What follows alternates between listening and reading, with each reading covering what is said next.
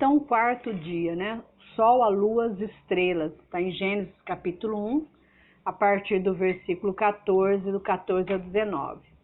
E disse Deus: haja luminares na expansão dos céus para haver separação entre dia e noite. E sejam eles para sinais e para tempos determinados, e para dias e noite. E seja para luminares na expansão dos céus para lumiar a terra, e assim foi.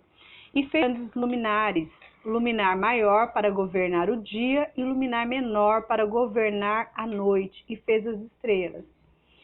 E Deus os pôs na expansão dos céus para alumiar a terra, e para governar o dia e a noite, e para fazer separação entre luz e as trevas. E viu Deus que era bom. E foi tarde e manhã, o dia quarto.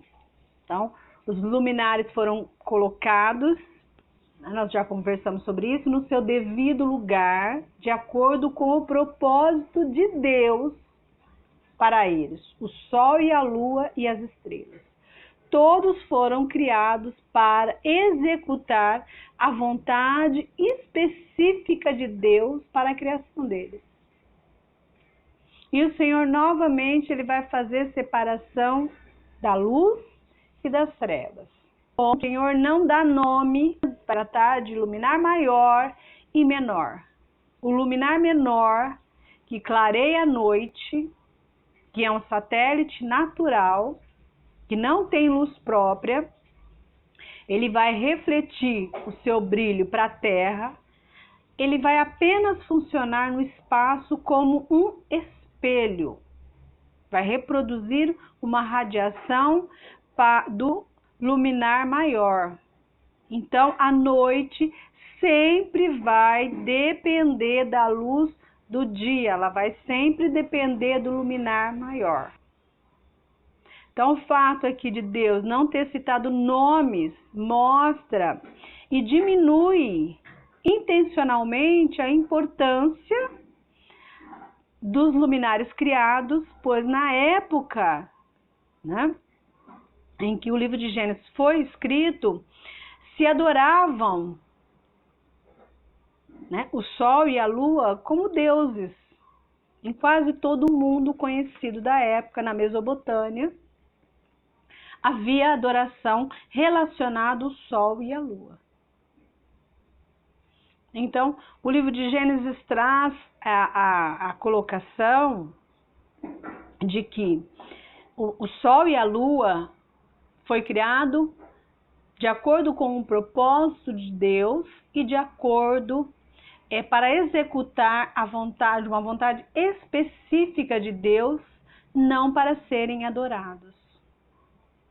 Então, a gente vê pela ciência, em relação à ciência, né, que tem o teste de carbono, que vai provar que o mundo tem milhões de anos, incluindo a vida do homem. Para o judeu, tem mais ou menos 6.000 anos em relação àquilo que está escrito na palavra de Deus. Mas se você for estudar a ciência, você vai perceber que os fósseis, o petróleo tem milhões de anos.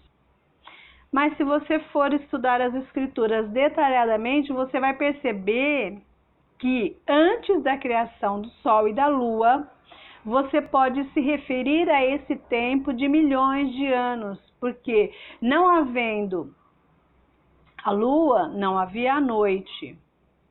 E só o ciclo do sol e da lua é que dá esse tempo nosso de 24 horas. O sol ele tem um tempo determinado de 12 horas e a noite tem um tempo determinado de 12 horas. E eles só foram criados por Deus no quarto dia.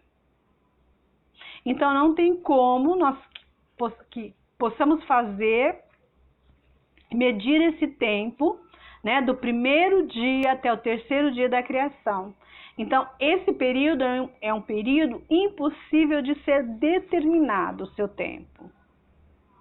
Então, do capítulo 1 até o capítulo 3, do primeiro dia até o terceiro dia, melhor dizendo, não sabemos quantos anos há. A palavra para dia no hebraico, yom, é uma palavra que corresponde ao significado de um período de tempo. Ela não é uma palavra relacionada a um dia de 24 horas, mas ela está relacionada a um período de tempo. E nós não sabemos que período de tempo é esse. Mas nós cremos pela fé num período de tempo de 24 horas. Né? Isso é a maneira que cremos.